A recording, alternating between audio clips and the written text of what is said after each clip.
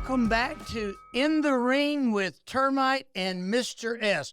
Mr. S, we got a great show today. We do. We got Whitney Strickland with us, so we can't wait to hear the stories he's got to share. And he's got some good ones. He does have some good ones, and y'all have known each other for quite some time. I met him not too long ago. We have, I'm a. Besides prying Whitney, I'm also gonna talk about some past things, and we got some stories. We even was in business a little short while together with a boxer. He don't want to talk about that. No. I want to hear more. I'm going to pry on that one. That was a costly one. You can pry on those. I'm going to pry on that one. That sounds fun. So Whitney, we have a show, and you know what our show is. It's about overcoming. You know, I want to tell everybody out there, Whitney is a guy that's incredibly successful, and he's also done an incredible job of helping other people. And we're going to get all around to that. But right now, I want to talk about how you got started, a little bit about your dad, who I admired a lot. Tell us how you got started in life. And by the way, he's huge in our industry. So when you say our industry, we're talking about like downstream, downstream, refining, petrochemical services, industrial services. He's actually the man, in my opinion. He's the man when it comes to that. He knows everything about it. He's pretty incredible. A lot of y'all may even remember Altair Strickland. Yeah. That was them. Yeah. So, Whitney, how'd you get started? So my father actually got started in a business in 1976. Wow. He left a company called Wyatt Industries, which is still around. And him and another guy named Alvin Wilson started a company called Wilson Strickland. And I was 8 years old, and my first experience in an oil refinery was with him at the Gulf Oil Refinery in Port Arthur, Texas, when I was 8 years old, helping him pass out checks. And so from there, you know how it is in these small family businesses. I mean, you're doing everything. Yeah. You know, I ended up learning how to repair all the tools, pneumatic tools and stuff, all the way to doing the marketing flyers for them and sending them out and things like that.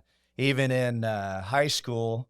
So in high school, I back then there wasn't a lot of strict rules on age and stuff going into the plants. So when I was 16 years old, and I'm going to tell a little bit about my story about why I help others too on this. Okay. So I was 16 years old.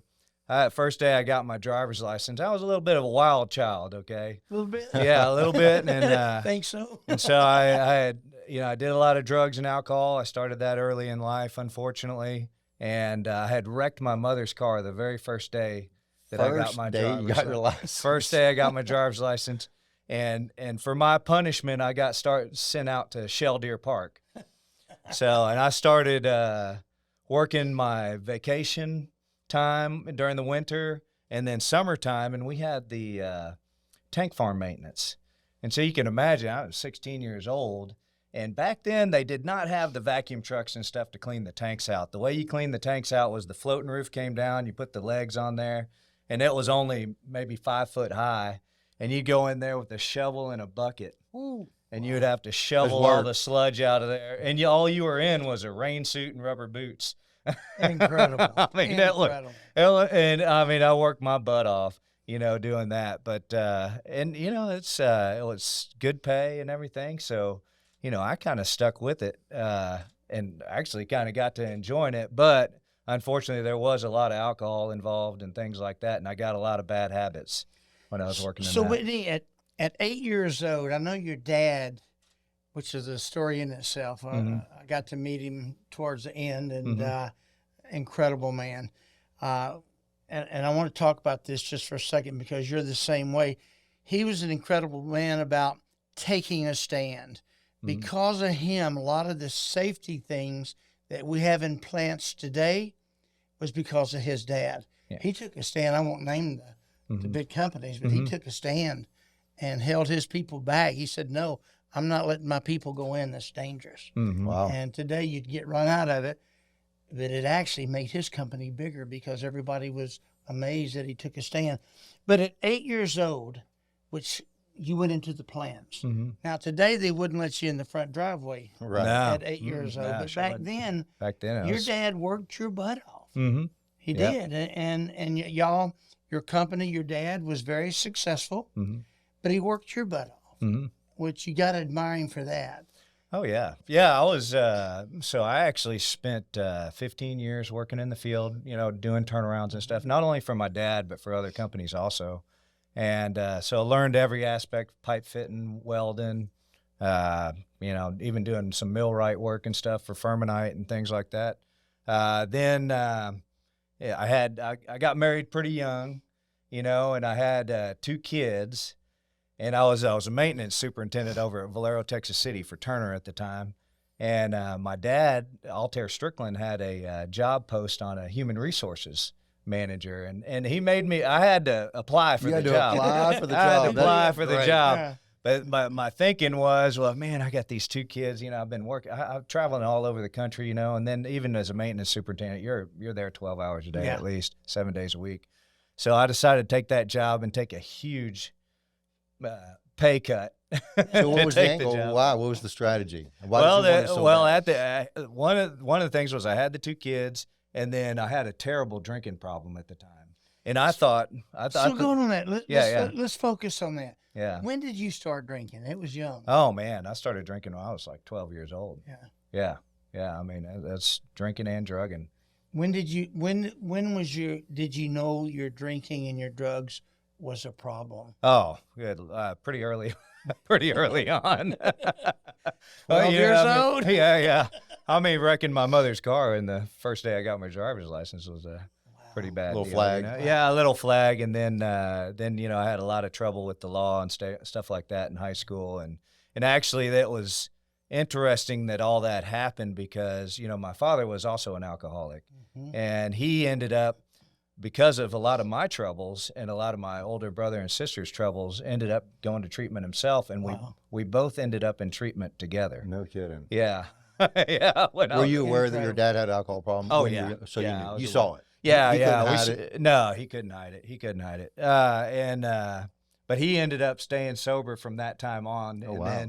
then I stayed sober for quite a while, and then I went back out and tried it again. I thought I was too young. I was only 18 years old. I was like, man, what am I doing here? Got all these old men sober. I don't belong here. Yeah, I don't belong here. I thought, man, I can handle it. I'm 18. Shoot, I can handle it. And man, it was a rough road in my 20s, going back and forth. And that was what prompted me whenever that job came up. I thought, well, man, I'm going to get myself a 40-hour-week job. I'm going to clean myself up.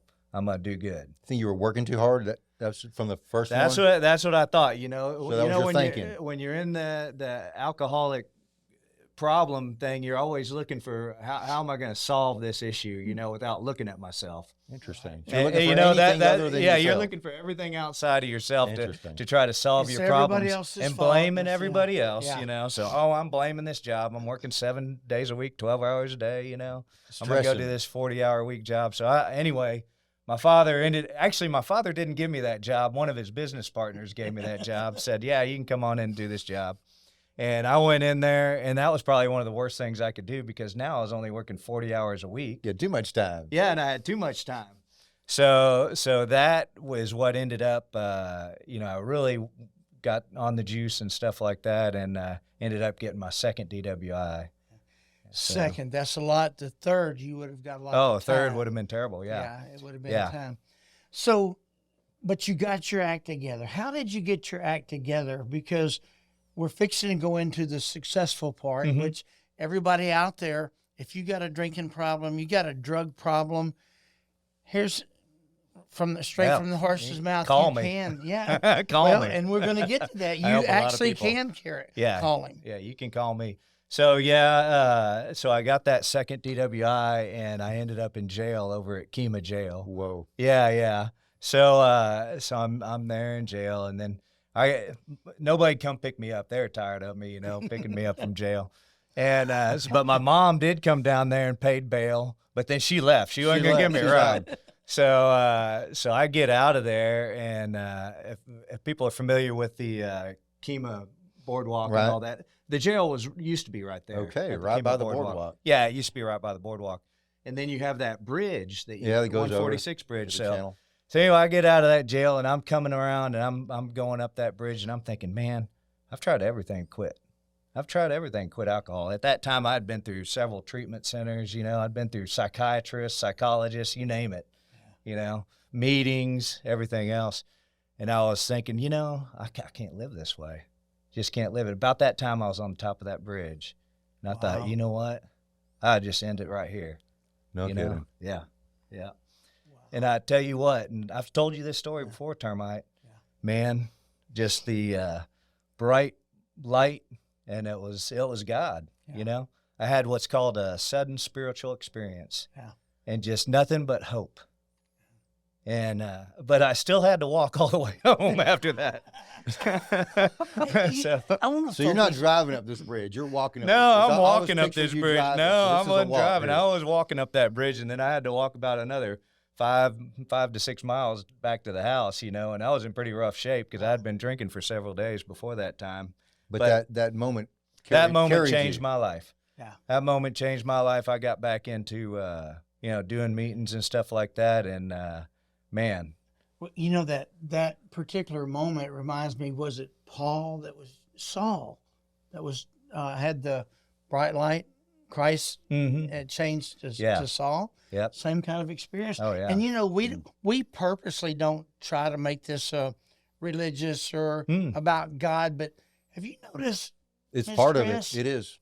How many people say it was about God? I think people's faith is extremely important to all these. Yeah, and that's the thing. I wasn't a religious person. I'm still really not a religious person. I'm a very spiritual person, but I have faith. That's right.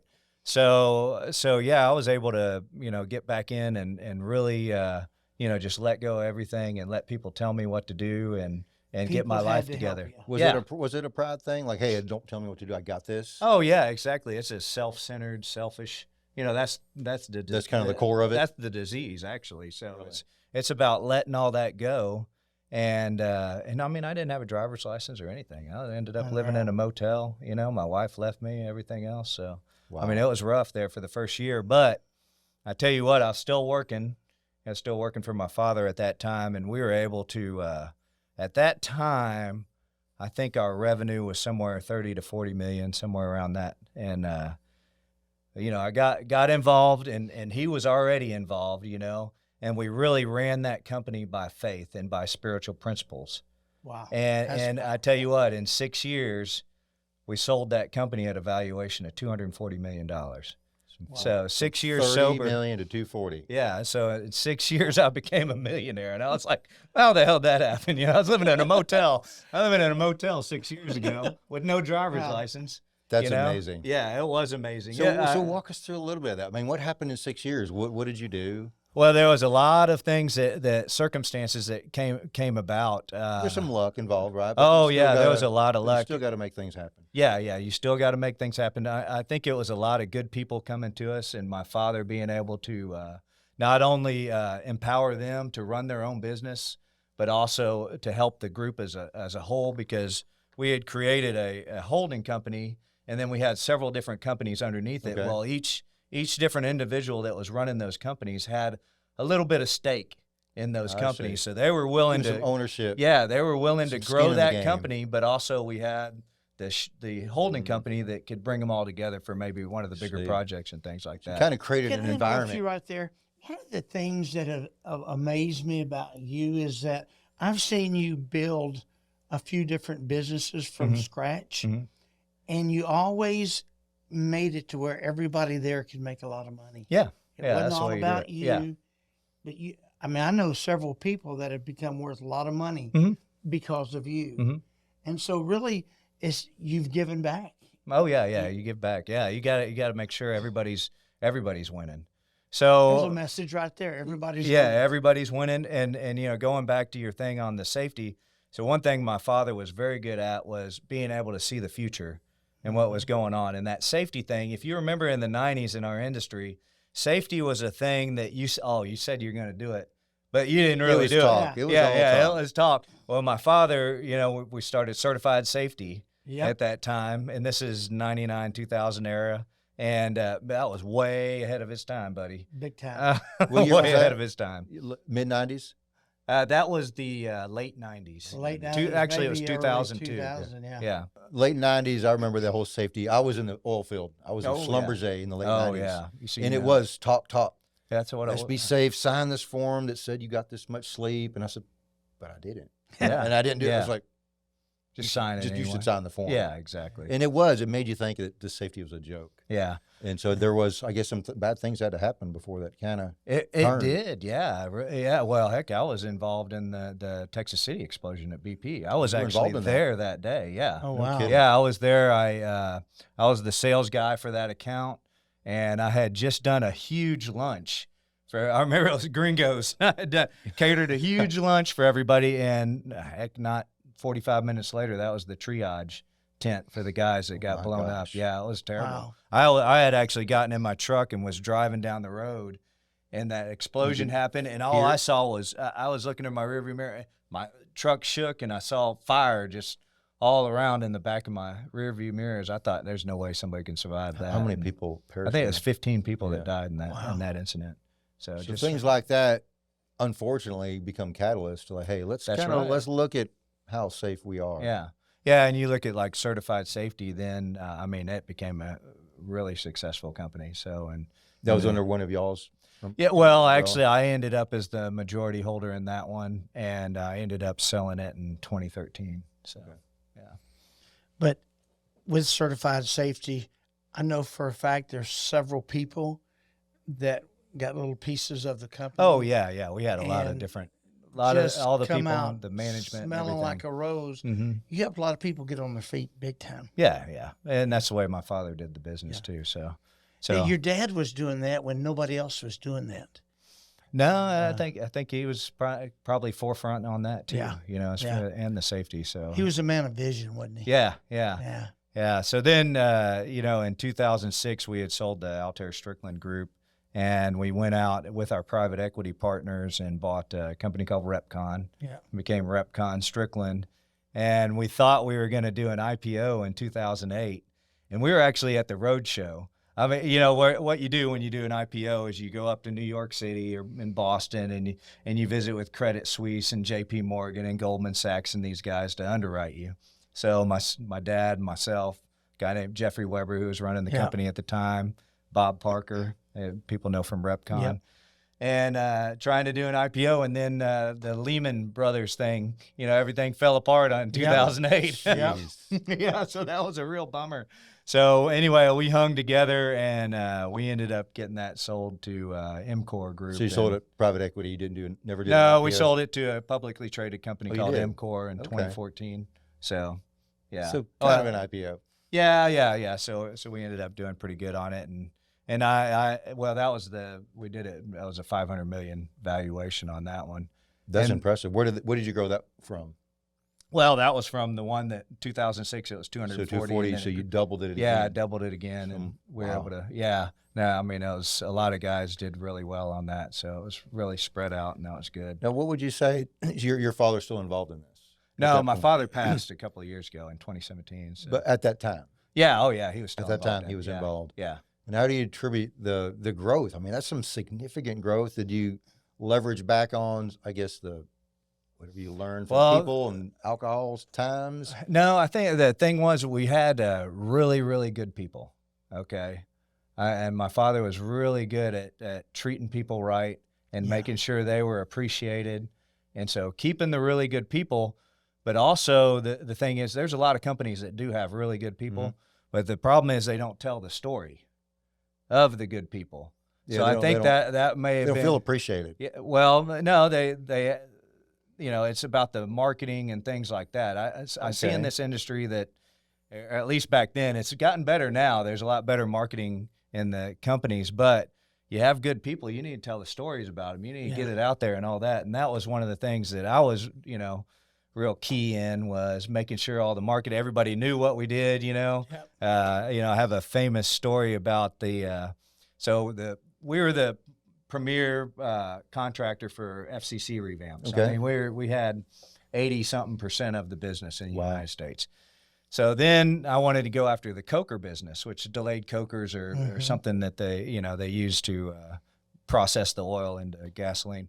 But so we did one job. We got one job out in California. So what I did was it was only 2 drums that we changed out, but I went and I took a photography out there and I got all sorts of different angles of this coke drum job. And then I would do different articles on coke drums and things like that and made it look like we have done hundreds I of these love it. things. Yeah. So it was all. You came it was, up with that? That's yeah, yours? yeah, because I had, and it was something I learned, fake it till you make it, Okay. and make yourself look big, and then they're going to be calling on you as the expert. And next thing I knew, we were the expert in Coke drums and changing out deheading devices on Coke drums, which cool. was huge. That's And massive we marketing success. I know a lot of people out there trying to figure out marketing. Yeah. And it is, how do you convey a message? And Yeah, so that's yeah. what you Yeah. put It together, is a story. It's how you do it and how you make it look. You always want to look, make your marketing look very good. Spend the money on it to make it look agree. good. So.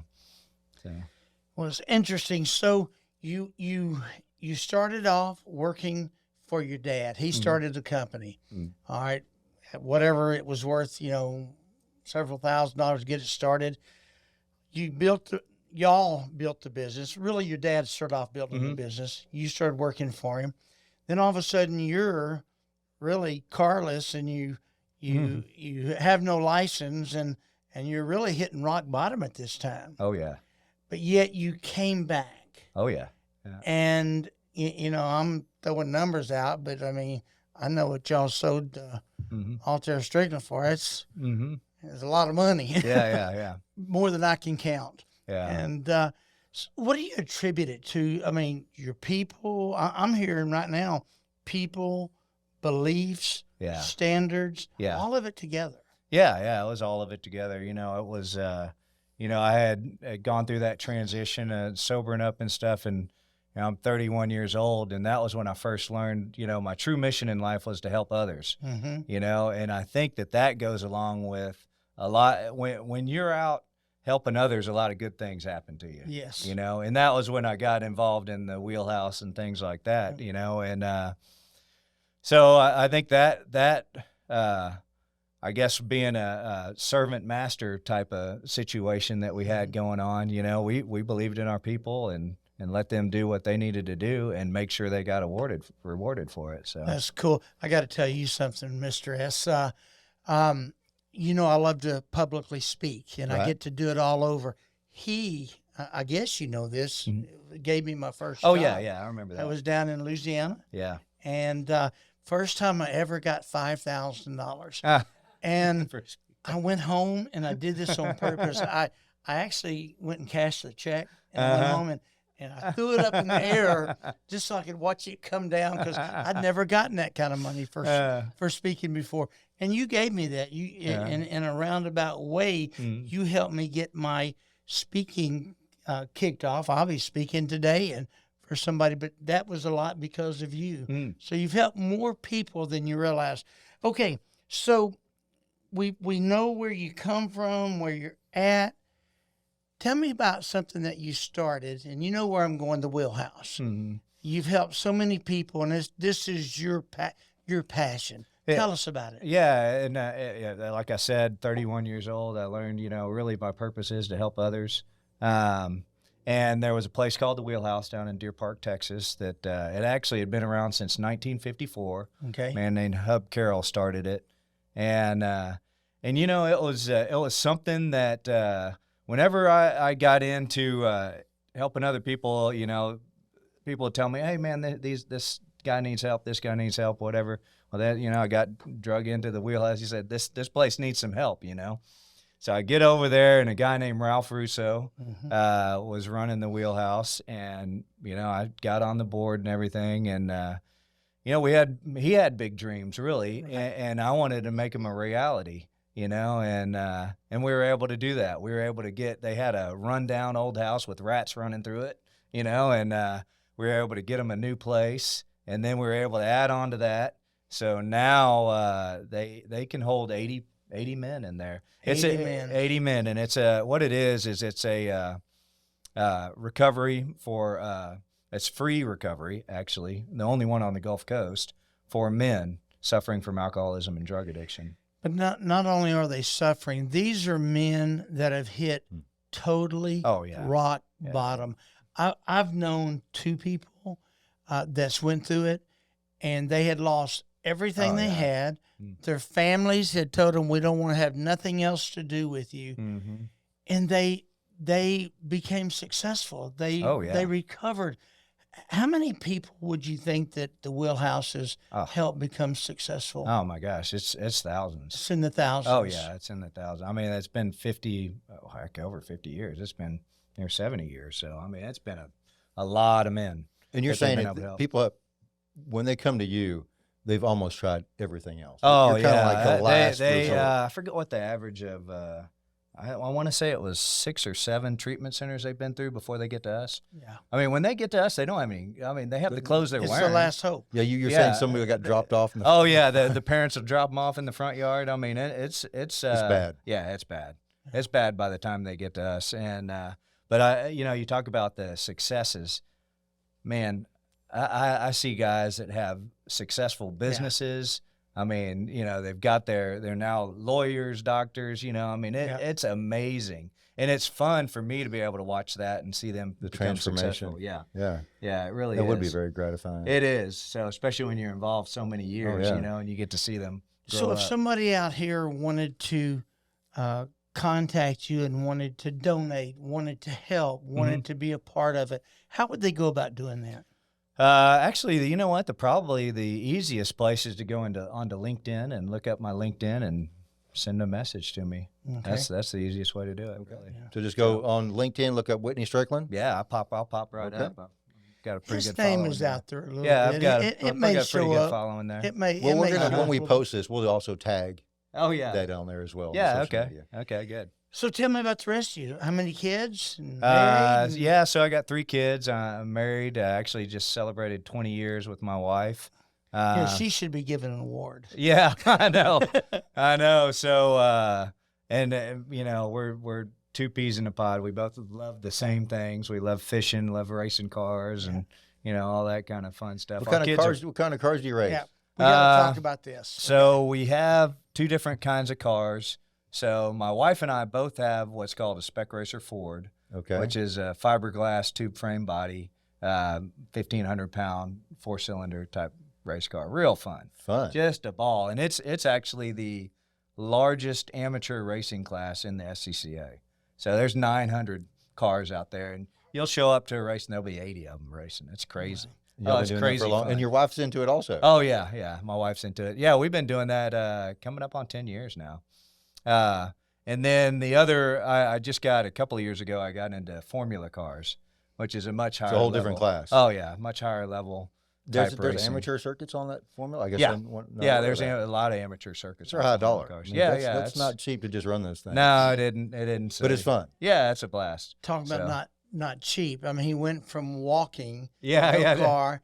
Walking home to having Formula One cars on the weekend. Yeah. That's and I do. I help out with race instruction, volunteer, and things like that. So I like to tell people, man, 23 years ago I didn't have a driver's license. Now I'm teaching you how to race cars. That's great. That's So- great. I'm impressed that he went from walking the streets, no Mm-hmm. car, to now, and I probably shouldn't do it, but I like doing it. But I think one weekend you put $125,000 into Yeah. a car. Yeah. That's unreal. Yeah. Well, yeah, not quite that much. Luckily, I'm a little more economical than that. But I have to say, if you talk to my racing buddies, they would say I do spend a Pretty lot close. because unfortunately I have a tendency to wreck them. Tendency to pretty wreck bad. them because you push them hard. Yeah, my wife says. So I at one point I was top 10 in the country for racing, and my wife's like to say that I wrecked my way to the top. That's what she likes to tell me. Hey, however and you tell other got people. to get there, right? Yeah. But it's I've had to calm down in my older age. So Okay. Because you do have kids. yeah, I have kids. They're all grown, but Okay. You want to be around for the grandkids. yeah, I want to be around for them. I have 2 grandkids now, so Aren't grandkids awesome? yeah, they're great. Yeah. I've heard it said before that if you'd known how great they were, you would have had them first. Yeah. And grandkids are cool. So if you had something that you wanted to leave with everybody out there that's got drug problems, alcohol problems, gambling, Mm-hmm. gambling's an there's a lot of addiction, addictions, yeah. pornography is an Yeah. addiction. There's so many addictions. What would you want to leave with them Well, I mean, really, what I'd like. besides get help? Yeah. Well, besides get help, it's really about the willingness to let it go. Yeah. to let everything go and let all that ego go. Yeah. You know, and to just don't worry about what other people think. Just do what you know you need to do. You know, Don't care about what other people think. Don't care about what other people think. You know, just let it all go. Obviously, you know, I know then when people are in the throes of alcohol and got all their problems and everything, you know, the worst thing they can do is think. Yeah. So why don't you stop thinking and get some other people that probably know a lot better than you to think for you? Well, that makes a lot of sense. No, it's powerful. Wow. Yeah. So And there's a lot of people living their lives around what other people think. exactly. And yeah, letting that go is, I can imagine that's freeing. Oh yeah. Yeah, it is. Yeah. So, Whitney, in closing, what's next for Whitney Strickland? You've overcome drugs and alcohol. You've built $500 million or $1 billion companies. You've financially, done everything you ever dreamed of. You've raced cars. You've helped people by the droves, get off alcohol and drugs. What's next for Whitney Strickland? Oh, well, sometimes I don't know what's next because I just had I was just telling you earlier, a month and a half ago, my business partner had a heart attack and I've had to take over. It's actually a group of 6 different companies. So right now I'm CEO of TF Companies, and I never thought I'd be working again, actually, to tell you the truth. Retirement. Yeah, it pulled me out of retirement. So my interest is in building this company and treating the people right and doing the same things I did with the previous companies. I called him one day and I said, "What are you doing?" He goes, "I'm working again. I gotta work again." Yeah, so it's kind of fun. I'm actually having a good time doing it. And then, maybe after that, one of my big dreams was, I've helped out the Wheelhouse a lot over the years, and I really want to do one for women. The Wheelhouse is just for men. If we could do one or find another place for women to be able to grow something like that. So, which is needed. It's because the women don't have a place to go. Yeah, they really don't. There is no other source right now that you're aware of? No, there's a lot of places where they can detox and things like that. But in my research, there's some places for battered women and things like that. But there's not one in particular like what the Wheelhouse is doing. I was in my research actually the other night. I was looking at one that a lady has started in Kansas City that has been highly successful. So I'm kind of looking at that model and seeing what we could do down here. Do we have any idea when that could possibly be? I mean, I know it's in the thinking stages. Yeah, it's in the thinking stages, and I'm still real busy with this company, so I think it's going to be a little while. I'm still pretty young, so I've got time. So how can people follow you? Just on your LinkedIn? Yeah, LinkedIn's preference? best. Okay. Yeah, LinkedIn would be best. So we'll do that. So it's Whitney Strickland on LinkedIn. Yeah. Yeah. So everybody go to LinkedIn, look up Whitney Strickland. Start following him. He's got a crazy life, an interesting life, and crazy good. And you've helped people. You've been helped. You help people with finance. With jobs, and so never know what's coming up next in the life of Whitney Strickland. But I tell you what, it's been a pleasure having you on here. It's a pleasure being your friend. Thank you, Termite. Anyway, Mr. S, anything else you got? No, I just appreciate you sharing. So thanks for coming on to tell your story. I'm sure it's going to help out a lot of people just to hear where you came to where you are now. All right, that's going to help people. So as we always close, in life and outside the ring or inside the ring, you've always got to keep your guard up. Keep your guard up. Keep your guard up.